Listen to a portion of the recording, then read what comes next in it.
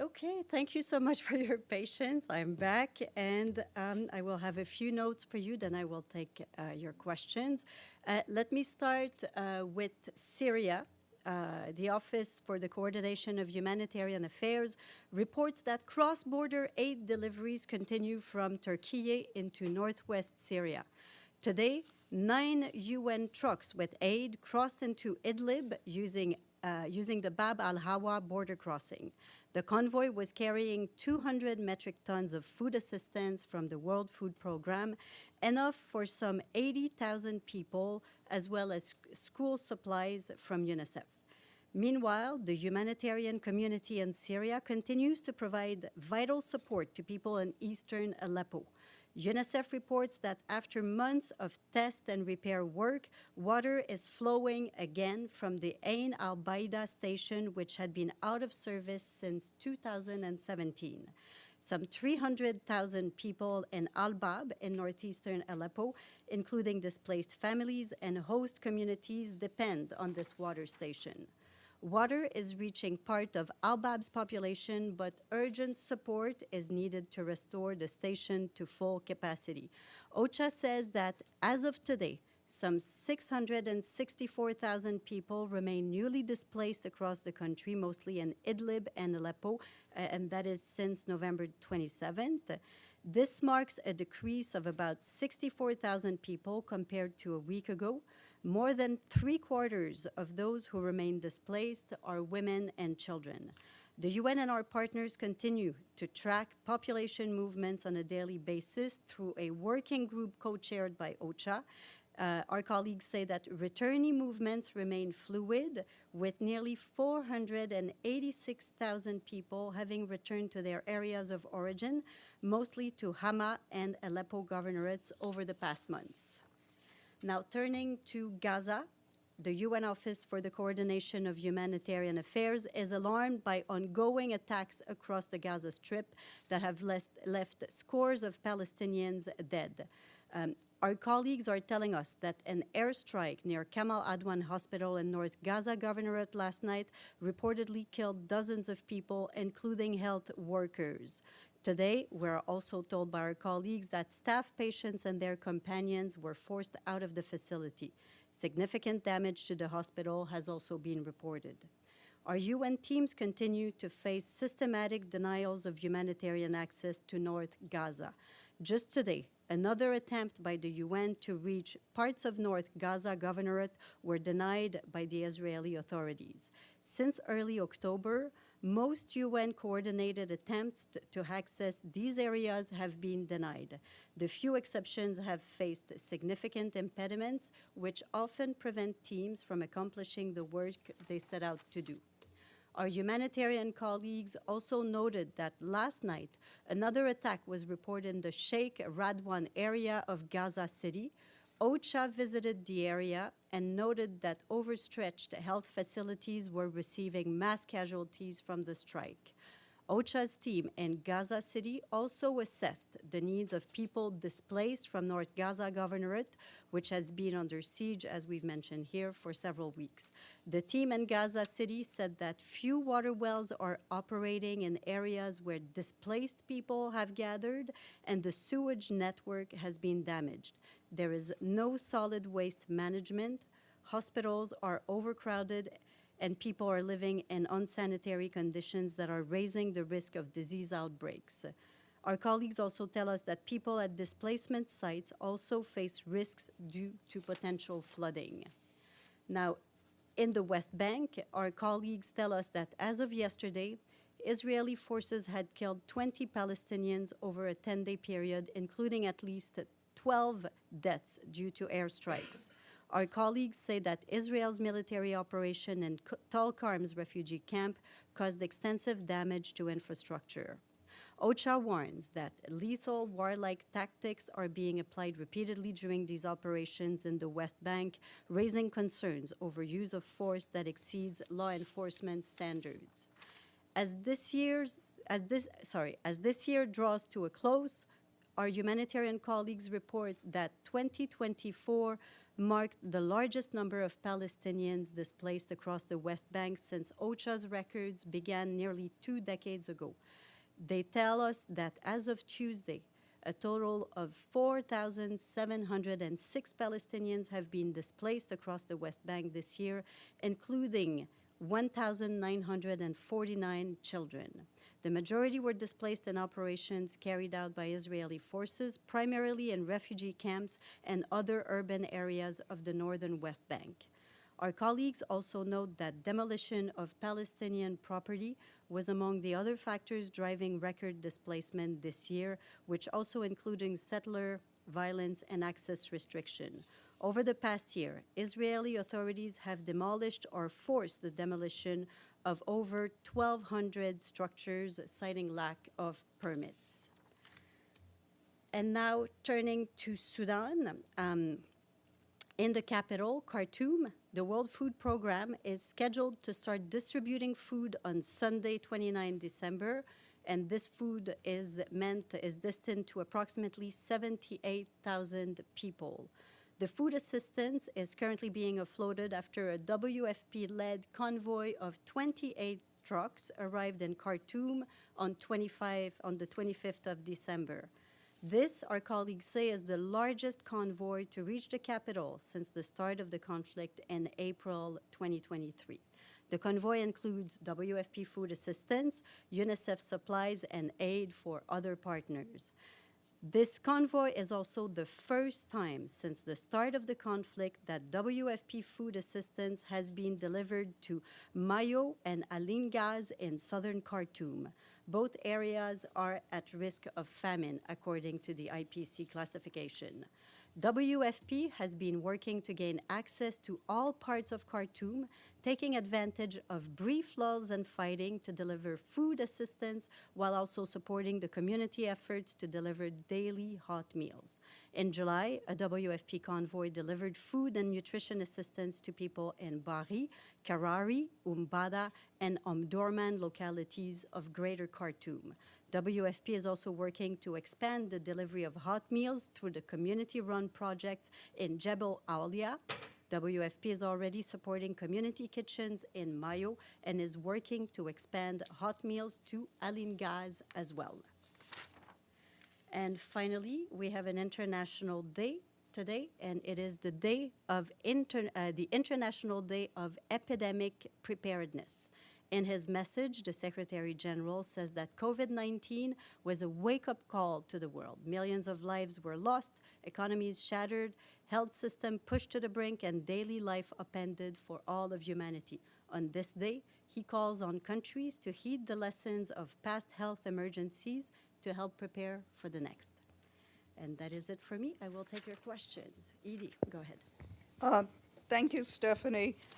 First, on Yemen, Dr. Tedros tweeted that he's in Amman, Jordan. Is he staying there? Is he planning to fly back today to Geneva, where WHO is headquartered? My understanding is that he is on his way to Geneva. I don't have his exact schedule for the next flight. He took, as Julien told us, the UN Humanitarian Air Assistance flight that took him to Amman, and I believe that they will make their way back to their headquarters soon.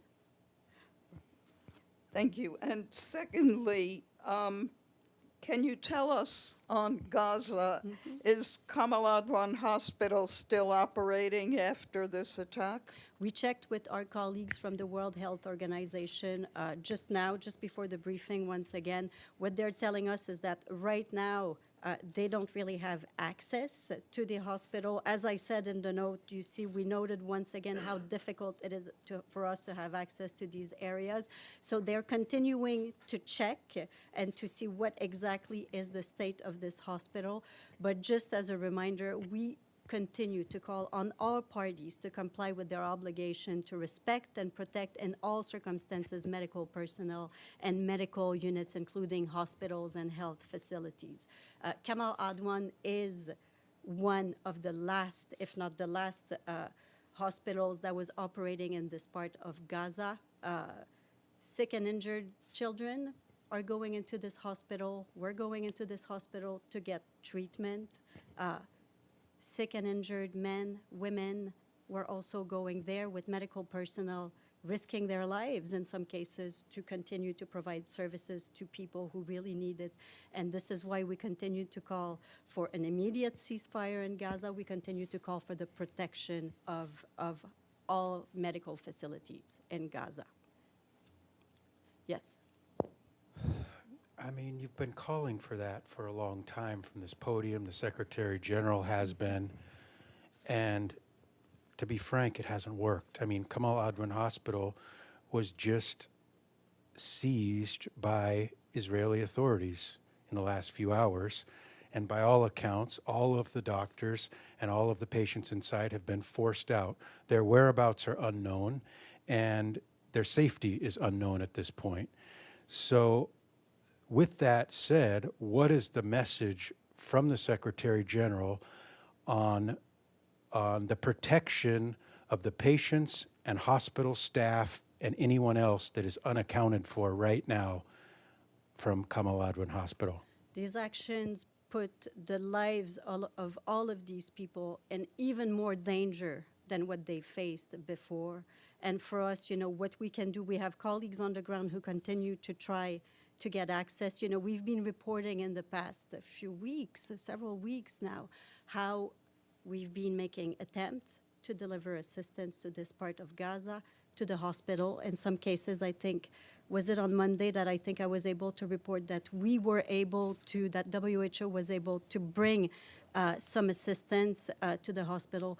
Right now, I think what we can do is, of course, with our colleagues on the ground who continue to do all they can to provide, to support the assistance, to support the people of Gaza, and we continue to call for these facilities to be protected. Thank you, Stephanie. If Israel, I'm not there, you're not there, we're going off secondhand information, if Israel is holding any doctors, any patients, anyone associated with that hospital, including journalists right now, if Israel is holding them, detaining them against their will, what is the message from the Secretary General to Israel about that? I can just reiterate the message that we've been delivering from here several times, that we call on all parties to comply with their obligation, to respect, to protect in all circumstances medical personnel, including hospitals, medical facilities, in accordance with international humanitarian law. Yes. Thank you. I have a question about Syria, especially Syrian minorities. I don't know if you saw any footages, clips recently. The minorities have been under attack, especially Christians, Alawite Shias, other minorities. First of all, do you have any comment on that? And second, what UN is doing to protect these people recently? And also, what can you say to make these people feel safer? Because what we see, what we hear, they don't feel safe there. Yeah. As you know, on this, just now, earlier today, there were consultations at the Security Council, and we had our colleague Geir Pedersen who briefed and closed consultations. I have a few points from what the message that he delivered to the Security Council. So he reiterated to members of the Security Council this morning that the key principles of Security Council Resolution 2254 have wide consensus. The transition there should be Syrian-led and owned, ensuring credible, inclusive, and non-sectarian governance, including also constitutional reform, the holding of free and fair election, and the meaningful participation of women. He stressed that the challenges ahead are immense and they cannot be underestimated. I think that refers also to some situations that you're describing now. He also noted that the risk of escalation in several areas of Syria is concerning. Syria's sovereignty, its territorial unity and integrity must be restored, and all acts of aggression must cease immediately. I don't know if we have questions online. Deji? I have a question. Oh, and who is it? Go ahead. Oh, this is Stefano. I have a question. Oh, hi, Can I- Stefano. Hello, Stephanie. An Italian journalist has been arrested in Tehran. Her name is Cecilia Sala, and she's been arrested on the December 19. And the Italian government is just releasing the news now. And my question is first, what the Secretary General think about this arrest? She had a visa as a journalist. She was doing her job, and now she has been in prison in Tehran. And also, did the Italian government contact already the UN to try to have maybe also help by the UN in this situation? I don't have the specific information about that case, but I can find out if there's been contacts. I can just reiterate our standard position regarding journalists, that they should be able to do their work free, and they must be protected. But I'll check to see if there are any additional details on your question, Stefano. I think Mike also has a question. Then I'll come to you, Deji. Hi, Stephanie. I hope you're doing well today. I stepped away for just a brief moment. Was there any mention about the ballistic missile fired overnight by the Houthis toward Israeli airspace? We're very concerned that the Houthis continue to launch attacks targeting Israel, including missile fired earlier today that was intercepted. The Houthis, they've also claimed that they had targeted a vessel in the Arabian Sea. So I can tell you that we reiterate that the UN Security Council Resolution 2722 must be fully respected in its entirety. In particular, we call on the Houthis to cease their attacks against international shipping in the Red Sea and the Gulf of Aden, and we remain deeply concerned about the risk of further escalation in the region and continue to urge all to exercise the utmost restraint. In that vein, I know the guest earlier didn't have probably access to all the conversations that were held with Houthi authorities there in Yemen over the last few days. While the UN is trying to extract its own employees there, were there any conversations with the Houthis specifically about their targeting Israel and the potential, as we saw, unfortunately, the potential consequences of that? Was that part of any of the dialogue? I don't want to extrapolate more on what he said, but as he described, these conversations were really focusing on humanitarian issues, on issues related to the release of the staff detained. We would have to check on other details, but as we've said very often, we have the special envoy that continues his work in that regard, and his engagement continues. Thank you, Stephanie. Deji? Yes, just want to ask, do we have a briefing next Monday? I think so, but we will confirm that later this afternoon. You see, that's an easy question, but we will confirm. We will confirm. Thank you. Very good. All right. Well, thank you so much to everyone. Have a good weekend.